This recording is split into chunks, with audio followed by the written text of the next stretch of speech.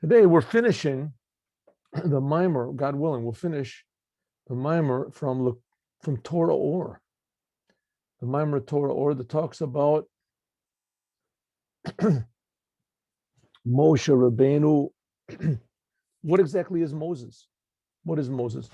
And it is hinted at in this week's Torah portion that it says that if you purchase for yourself a Jewish servant. Let's see this. Here we go. Here we go.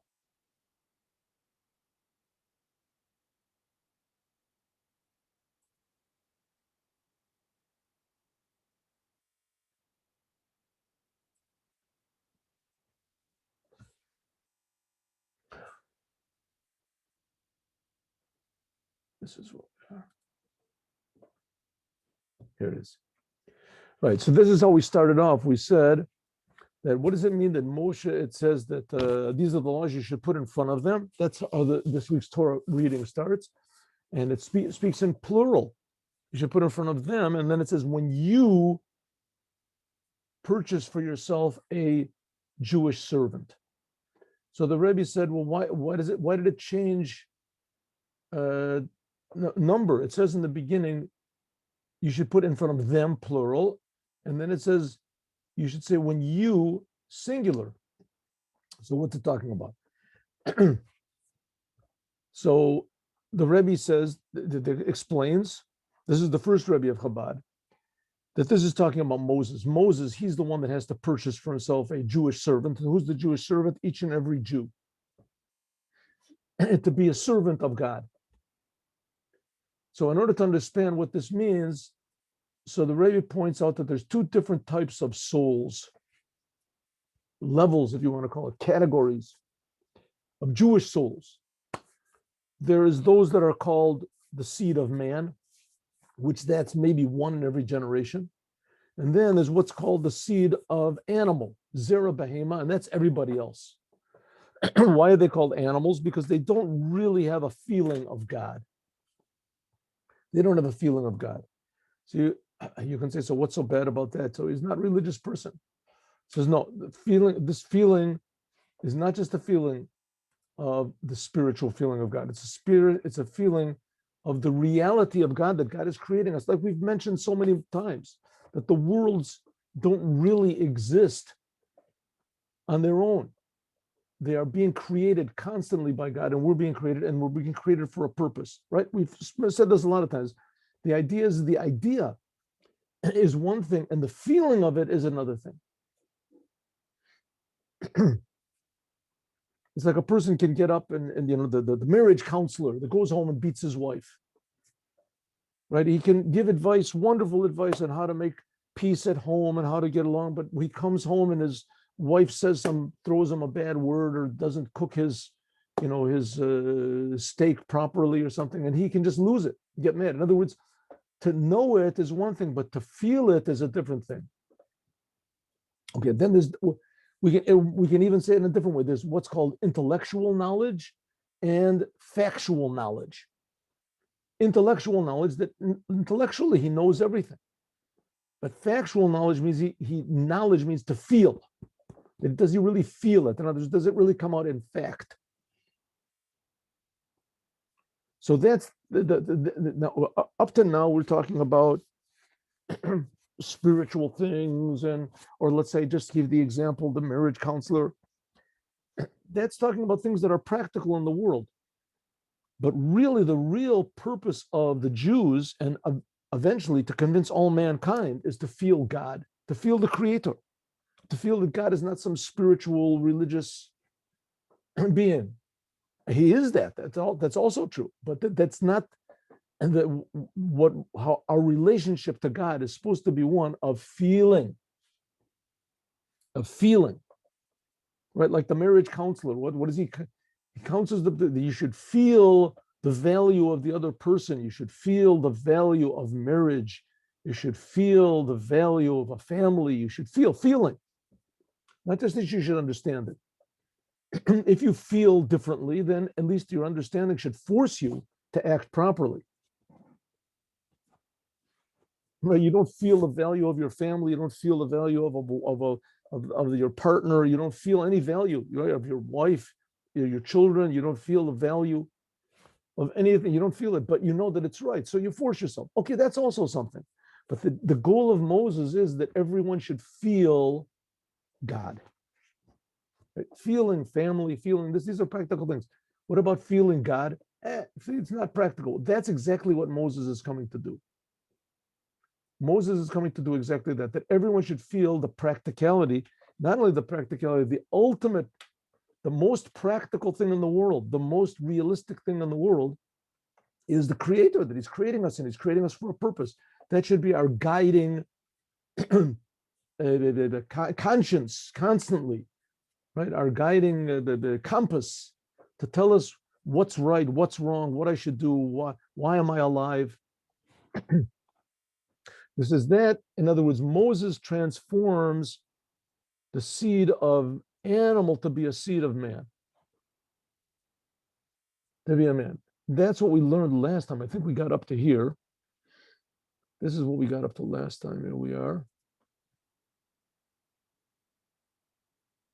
Yes. Huh? So it says even the angels are called animals. Why are they called animals? Even though the angels, they do feel godliness, but it's a low level of godliness. It's a level of godliness that's relevant to the creation and not the creator. And you remember we said yesterday, that's why the angels say, they say holy, holy, holy, after the Jews say holy, holy. But then the Jews can only say holy, holy after the angels say holy. So who says it first? Remember we learned that yesterday.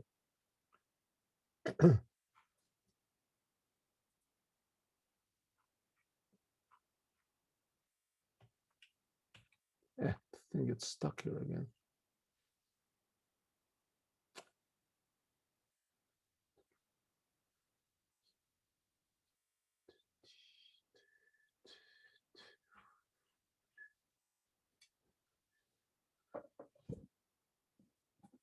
All right, so we said that's what it means that the angels, they say so. So the answer is like this. He says that the Jewish souls, the souls of the Jews, they come from the world of Bria, and the angels are in Yetzirah, which is a lower the dimension of reality. But finally, the Jewish souls, as they are in bodies, that's even a lower level. That's an Asiya. So in other words, the Jewish soul, the essence of the Jewish soul, that realizes, feels how holy God is. Then from that it's a lower level. The angels, they feel, and then they say holy, holy. And then from then we get our inspiration here in this physical world, and we say holy, holy. This thing gets stuck here, and I can't. All right. Let's try it again.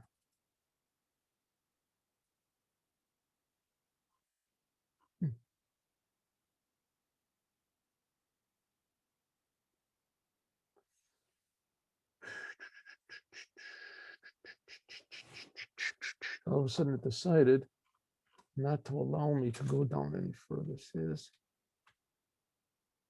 Yochanan, Shalom Yochanan, how are you? Welcome back. Very good to see you. I wanted to call you.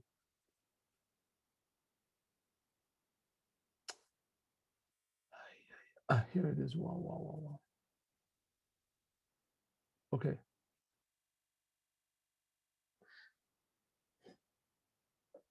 Zeu, that's what it means.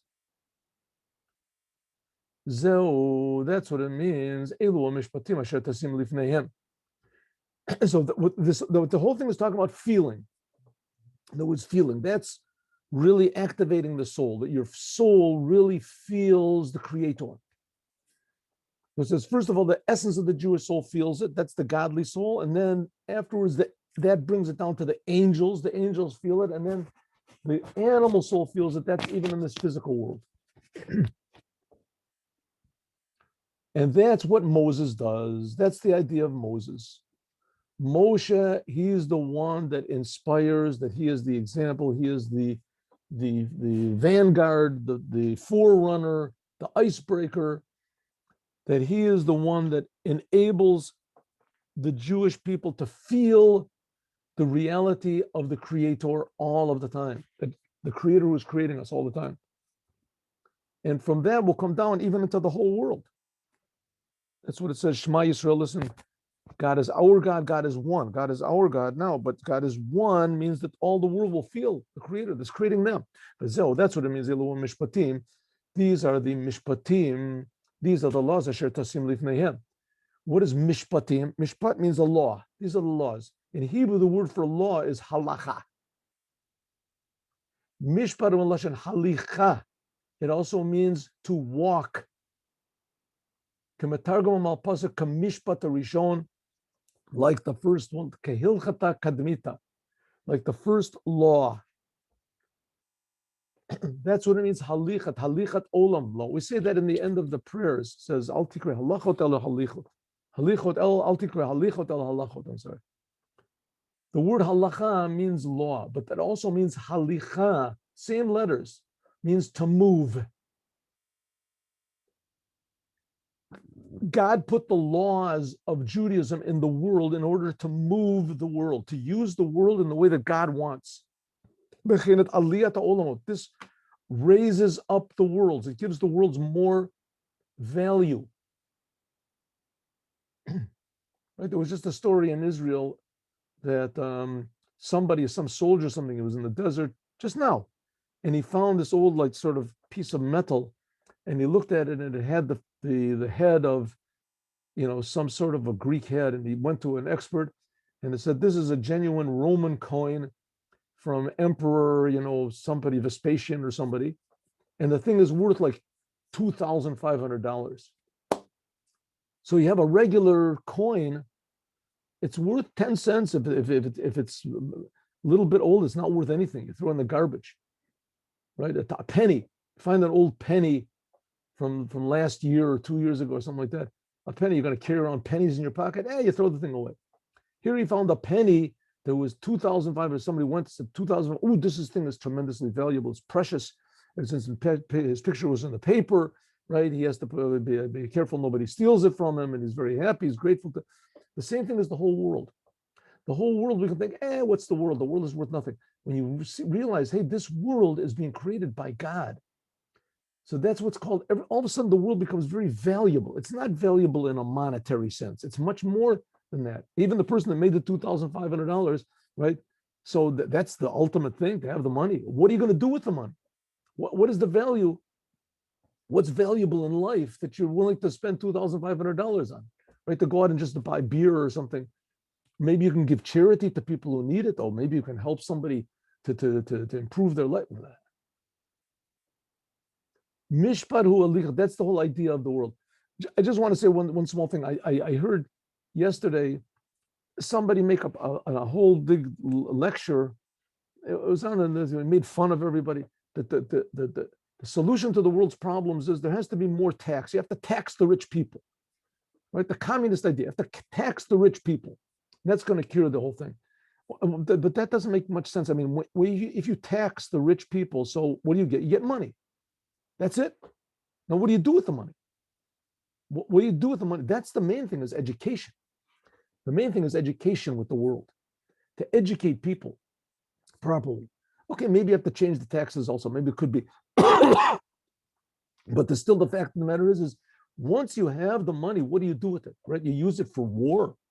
You use it for, now this guy wants to make vaccines, and they say to dilute the population of the world. There's too much carbon dioxide in the world. You have to stop people from exhaling, which you can't do. So you just stop people. You just kill people. The thing is values. What is really valuable? Is life really valuable? Is the world really valuable? Is it really, is God really creating everything? Or is everything just here? You just try to be as comfortable as you can until you die. Says the Rebbe, no. The whole purpose of the world is to understand and to feel the creator, and that the world should go according to the manufacturer's directions. God creates the world. That's pretty good. Creates the world, creates all these people. He's not creating everybody just to torture them. He's creating the whole world as infinite good. Said, but that's the whole thing, is depends on feeling. Dat. That's what it means. Halacha means to move the world. Aliyah, to elevate everything, to make everything important. to make everything important, more valuable than the $2,500 coin. Suddenly you realize what is the world for? What is the coin, the money for? What is it for? That's what's called the world itself. Life becomes tremendously valuable. Eloi achar Eloi, elevation after elevation. Because if the world is created by God constantly, God wants it to be here. So the more we understand God and how precious and real that God is, so the more the valuable the world is. That's the idea of Moses. Hainu al yadei dat. That's what's called dat. Dat, we said before, is called feeling the Creator, feeling something that's above you. Shehi hakara v'hargasha belukus. This is the feeling, and this is the recognition and feeling, hargasha, of godliness. And therefore, the laws in Judaism are called halicha. They are called halachot. They're called laws, but it means to make move, because what do? You use the world and you make it move closer to its source. You make the world more valuable. And therefore, a klippas, therefore it says there's what's called klippas, the side of selfishness. They haven't got this feeling of that, like it's known, the union of as tavuna shtayim nashim zonot kuli. They haven't got that. The story of with King Solomon, right? You remember the story of King Solomon? With King Solomon, so two women that came, they were the zonot, whatever they were.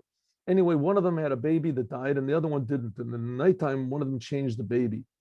She took her dead baby and put it next to the other one that was the lady that was sleeping, and she took that lady's sleeping baby, and they looked similar. And they couldn't tell. The one that woke up in the morning found a dead baby next to her, and she said, "It's not my baby. I recognize baby." She don't know what you're talking about. They went to King Solomon. King Solomon said, "Let's cut the baby in half and give each one half." It's a known story. The one who was really the mother said, "No, don't cut the baby. Let it live. Let her have it." And the other one said, "Yeah, cut the baby.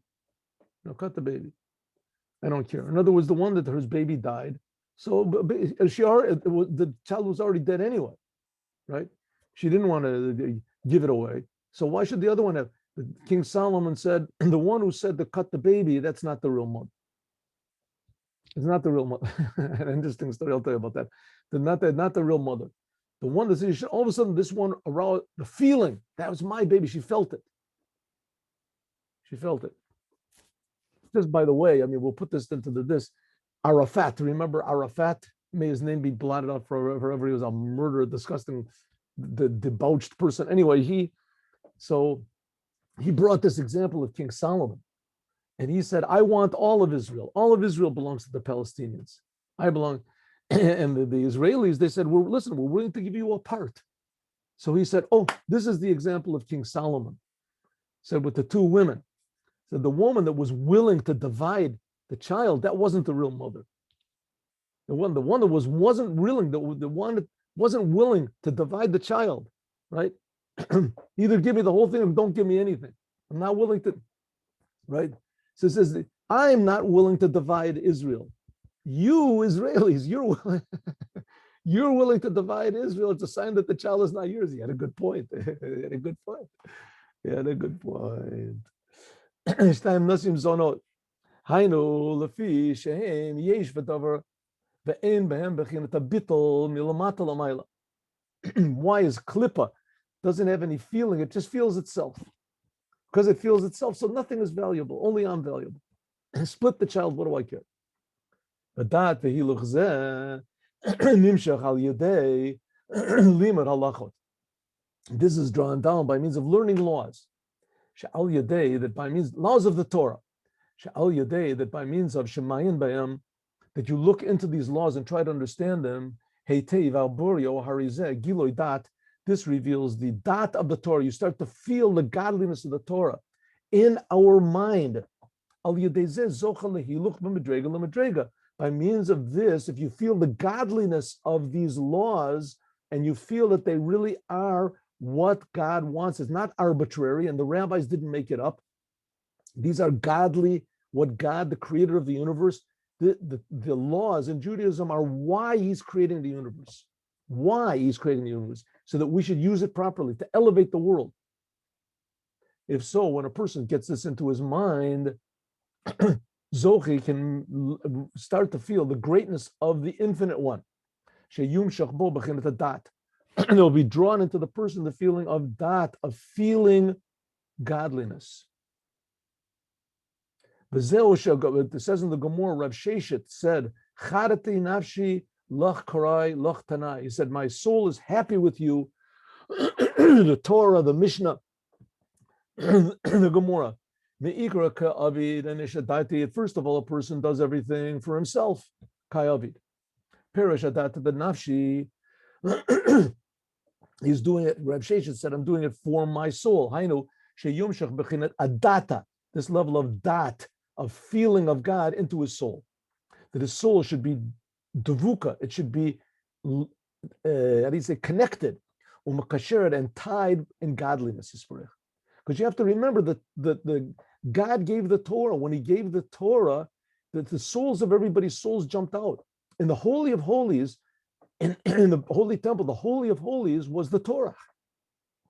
There was the tablets were there, and there was also a scroll. The Torah is the Holy of Holies of creation. So don't think it's just a book, it's another book in the library, and we have to get rid of the book, and it's a bunch of old laws. And of course, that's all true. It's a book in the library. That's because the whole essence of the Torah is to use the world, the physical world, for what the creator of the world wants you to. So therefore, but the laws, even though they're deceptive, they're physical.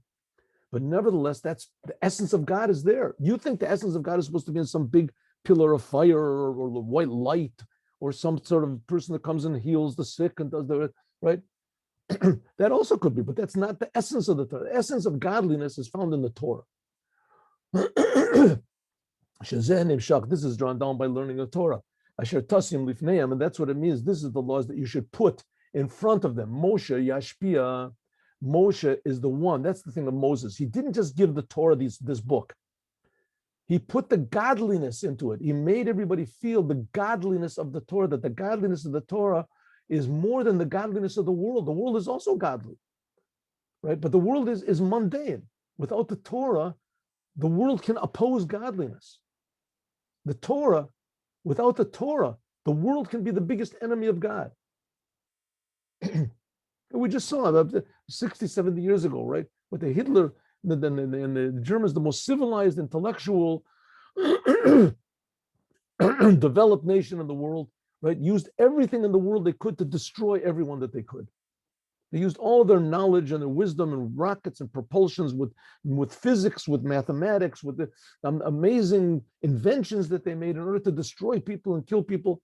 So the world itself can be the biggest enemy of life, biggest enemy of God. Here you got this, like I said before, this Gates guy, he wants to kill half of the world's population. Before them, Hainu, the Pnimiyusam, to the inside. Because this level of dat means that you connect to something inside. Right? A person like the story of the two ladies, right? There's a baby, so cut him in half. The other one said, no, he's attached. This is my child. I can't. The other one didn't even have any feeling for life. For life, even if it was a strange child, to cut him in half, what type of thing is that? By means of this, Gilui Penimius Amidos is revealed the inside of the emotions of a person. Shehu Mekayim Hakiyum Shalamidos. This is the how do you say the source of the emotions. In other words, what do you get excited about? As I said, a person who learns the Torah refines the person, but only on the condition that you're aware of the godliness, even intellectually aware of the godliness of the Torah. Then these mundane ideas you learn in the Torah, they take a completely different a picture. Like the two ladies we just talked about. If the baby is my baby, it's a totally different thing, right? Totally different. And therefore, Isa Bezor, it says in the Zohar, Moshe lo posek taima ben Avram, Pasuk time. When God called out to Moshe, God said, Moshe, Moshe, the burning bush, Moshe, Moshe. So it says, if you look in there's no division between them. Sometimes there's a line written between them. And if you look in a book, in the Torah book, Moshe, and there's a line, Moshe, Moshe, there's a line. In Moshe, Moshe, there's no line. And Abraham, when God called to Abraham, Avram, by the Akedah, when he went to sacrifice his son, there's a line between them. Ki Avram u'bechinas midas ahava v'chesed. Avram is revealed the love of God and the goodness of God in the world. Abraham, he's the founder of Judaism. The yesh pesik, but there's a separation between them. Why? Hefsek between ahava da'asiyah v'ahava d'yitziyah. There's different types of love. There's love like the angels have in Yitzir, and there's the love that is available to us in this physical world. That's Abraham. In other words, Abraham showed us that there is such a thing as this love. But he didn't bring it to the Jewish people. He just showed it that there is. He opened up the door of a Moshe. Therefore, there's a line between them. There's what's in the physical and what's in the spiritual. But Moshe, Shehu Bechinas Penimius, which is the inside, lo pasuk time, there's no separation. Ki Bechinas Penimius, because when you get to the inside of godliness, there's no difference between the upper worlds and the lower worlds.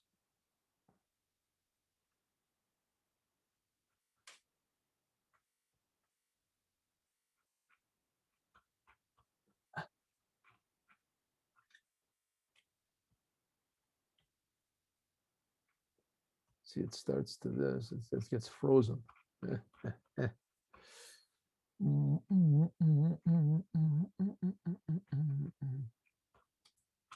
Oh, there we go. Oh. Inami or lifneim. What does it mean? These are the letters you should put lifneim before them. So the word lifneim means before them, and it also means lifnei means inside. Lifnei lifnim. Lifnim means inside of them. But there's another meaning, and the lifnei means to their faces. What's the face? Pnei Adam, the face of man. Excuse me. In the vision of Isaiah, so he saw a chariot, and on the chariot there were four faces: the face of man, the face of the lion, of the ox, and of the eagle. So it says that there is the face of man is one of the faces. It says even though that there is also the face of the behemoth, the face of the lion, the face of the ox, etc. But on all of them, each one of these faces had the other three faces on it as well. Nevertheless, on their faces of these angels that was seen in this vision, there was also the face of man.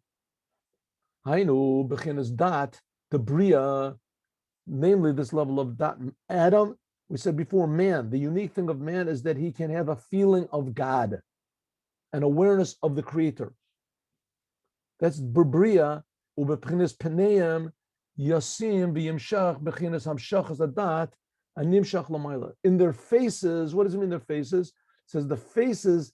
What did Isaiah see? Isaiah saw the form of life, of godliness coming, so to speak, down from God into the world.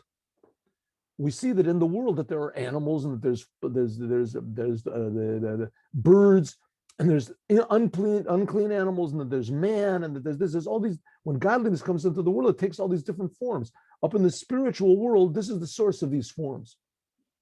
It says one of the forms is man. The whole essence of man is to connect the worlds to the Creator, to be aware of the Creator in this world. It says because that's called the world of Bria. That's where the Jewish souls come from. Kidat zeh, the Bria, this feeling of godliness, this awareness of godliness, which is in the world of Bria, in the godly soul, is a vessel to the light of Dat, to the light of the feeling which is drawn from above, from the world of Atzilut and etc. Like what it says in Parshas Vayakel, that the lower Rut's will comes from the lower will that we have, that comes from our intellect, that we think about God and we have that we have a desire to God. This becomes a vessel for what's called the upper will of God. God reacts. Very, very important principle. In Judaism, and this is one of the big things that Hasidut came to stress, that God reacts to what we do. If we make a vessel by surrendering ourselves, by loving God, by doing what God wants, by learning what God, then God gives a blessing, right? The world is not totally up to us. We have to let God do something. We've realized that, we have to let God do 1%. And then we start to realize, hey, maybe I'll let him do 2%. Right? I don't have to control everything. And then you start to say, let's make it 50-50. I'll do half and let God do half. What's it really supposed to be? That I do 100%. And then I realize afterwards that it was really God doing 100%. I really didn't do anything. But I have to do the 100% first. It's part of what we have to do is we have to make a vessel for God. A vessel for godliness. Then God's 100% comes in. That's, by the way, this Shabbos portion is shkalim. We're going to learn a sikh about that in a second, in a moment. I think, shkalim. It says that a shekel was 20 gera, and the esrin gera a shekel, and we have to give half of a shekel. Half. In other words, we have to do everything we can, and that's only half of the picture. And we realize that really God is doing everything. But even more, Mavor, it's explained in Parshas Miketz, like it says, Zos Lifnei Israel, there is in every single Jew, Penimius Vechetzonios, inside and outside, and also in every single human being. But the Jews have to be first. The Jews, that's the way God created the world. Right? Like the Jews have the Holy Temple. The Holy Temple is not by anybody else. But from that, the whole world will become holy. What does it mean, holy? That we'll realize godliness and the miracle of the world. So that's what it says. In every single Jew, there's what's called the outside and the inside. In another place it says, the Kanfein and Perutz, it says by these angels, that when they're in the lower worlds, when they're not receiving godliness, it says that their wings are separated. We talked about that before. Which is not the case. When they are receiving godliness, it says paneim, that they are unified. Therefore, that's when they receive from the essence of the Jewish souls. What do we say? That the Jewish soul, the godly soul, that's above the angels. But the godly soul, as it is in the world, that's below the angels. So when the godly soul of a Jew gets aroused, we have to arouse it from here. It gets aroused by means of our thinking. It says then that unifies all the angels, and that's the unifying force in the world. Therefore, it says, Ki tikneh that Moses is supposed to purchase singular. It's singular that Moshe does the whole thing and reveals this uniqueness of the Jewish people. It doesn't go down. Why does this happen, huh? I don't understand it. Okay, let's try again. Here we go.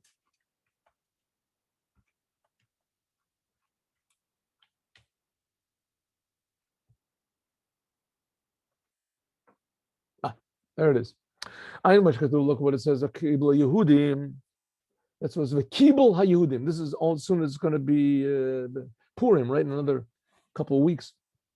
The Kibul HaYehudim says the Jews he received, singular. So therefore it unifies every single Jew and it unifies the Jewish people all together. And that eventually unifies, it says the angels, that unifies the whole world. The whole world feels that one God is creating us all. But here in our mimer, it says, Ki tikne eved ivri. It's talking about Moshe. That Moses, he's the one. That Moses, he is the one that inspires and brings down blessing from the Creator to change the Jewish people, to change the way the Jewish people feel. That guy told you the story before, but I'll tell it again. The Lubavitcher Rebbe, there's a lot of stories like this. A person told me, I heard it from the person himself, that he worked somewhere with this Yemenite fellow, an Israeli, but totally non-religious, totally non-religious. It could be that even his parents were non-religious. The Yemenite, the Israeli government, a terrible thing, especially to the Yemenites.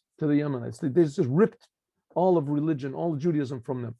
So there's already 2-3 generations of them. So this fellow, they worked together in some store, and this Yemenite guy, he was totally non-religious, had tattoos with long hair, with piercings, and he was willing to do just anything, anything, just to have a good time, anything, everything. So the fellows with him, he said he was a little bit religious, an Ashkenazi guy. He says, "Listen, maybe let's go to the Lubavitcher Rebbe." And he doesn't want to. Finally, it was one day he was bored. It was a Sunday. He said, "Let's go to the Lubavitcher Rebbe. We'll get $1." He won't even talk to you. When he said, just pass by, he goes there. There's 5,000 people waiting in line.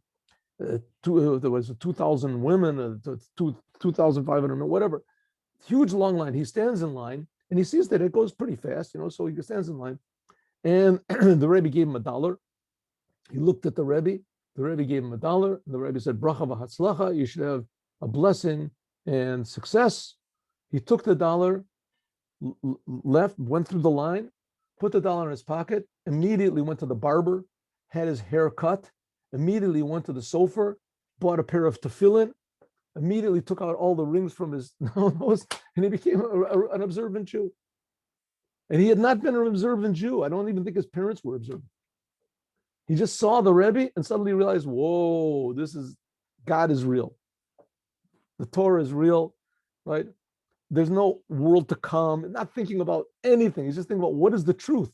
The truth is, hey, I'm a Jew, right? God really exists. That's what's called dat, feeling. How long it lasted is a different thing. That's why a person has to learn Torah. He has to get it internally. A person can have a, easy come, easy go. But nevertheless, that is the job of what Moses does. That's what it means. Mishpatecha tom rabba adamu ubehema tashia Hashem. We say this also in Mincha Shabbat. It says that your judgment, God, is a deep, an infinitely deep pit.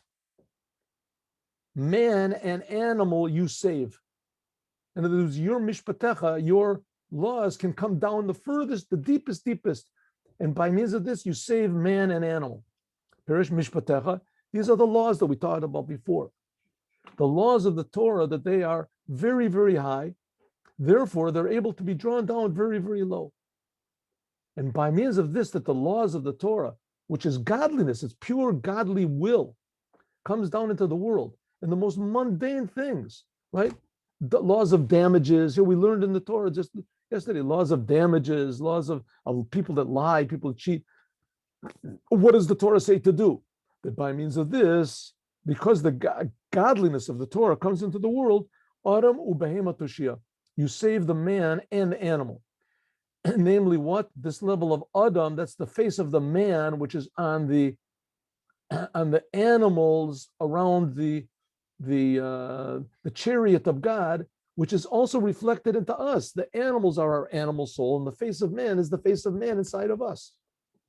That's what the laws wake up, the halachot, the mishpatim. And therefore, therefore, in order to draw down the awareness of God to the animal, right? Like I told you the story about this Yemenite guy, he was an animal. And all of a sudden he went by the Rebbe, and it just all of a sudden, wow, I'm a Jew. Nimshach davka, this is done by means of Moses. Lioto mebechina dat elyon, because Moses it's like a holy temple in the world, right? People would go to the holy temple and they would be changed. They would feel happy. They would feel happy. They knew that God is creating them. That's what Moses was.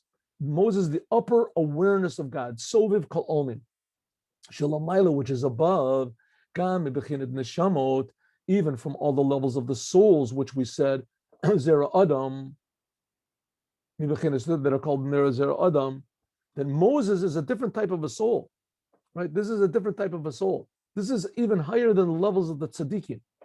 It says that the seed of man, they are aware of God. The animal, the Jews that are called animals, they're not aware of God at all. They just know intellectually that there is such a thing. Maybe once in a while in the prayer of Yom Kippur or something, a second they feel that God is creating everything. They feel it. There's the big tzaddikim, they feel God all the time, but it's a lower level of God. It's mamalik homim. This one Jew, the Moses of every generation, He's totally different than anything else. He is connected to the essence of God. This is already from not the world of Bria and Yetzirah, like the godly soul or like the angels. This is from the level of Atzilut, etc. And there he is able to draw down. Atzilut is true reality of God. That's what's called holiness, is the world of Atzilut.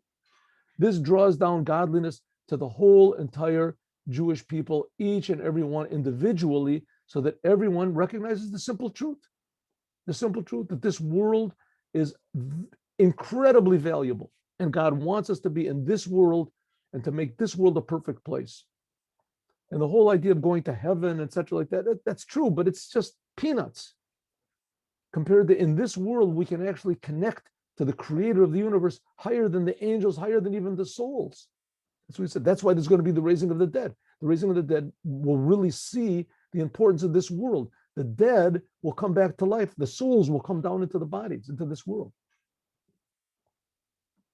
So that this is all brought about by Moses. Moses is the central figure. Everything revolves around Moses. In our generation, it's the Rebbe. In other words, to feel the godliness in the Torah. And from that, we can feel the godliness in everything. And from that, we can feel God. God is creating everything like it was in the Holy of Holies. God willing, tomorrow we'll continue and we'll learn this next paragraph, maybe the next two paragraphs. We'll see. Okay, let us. Very good.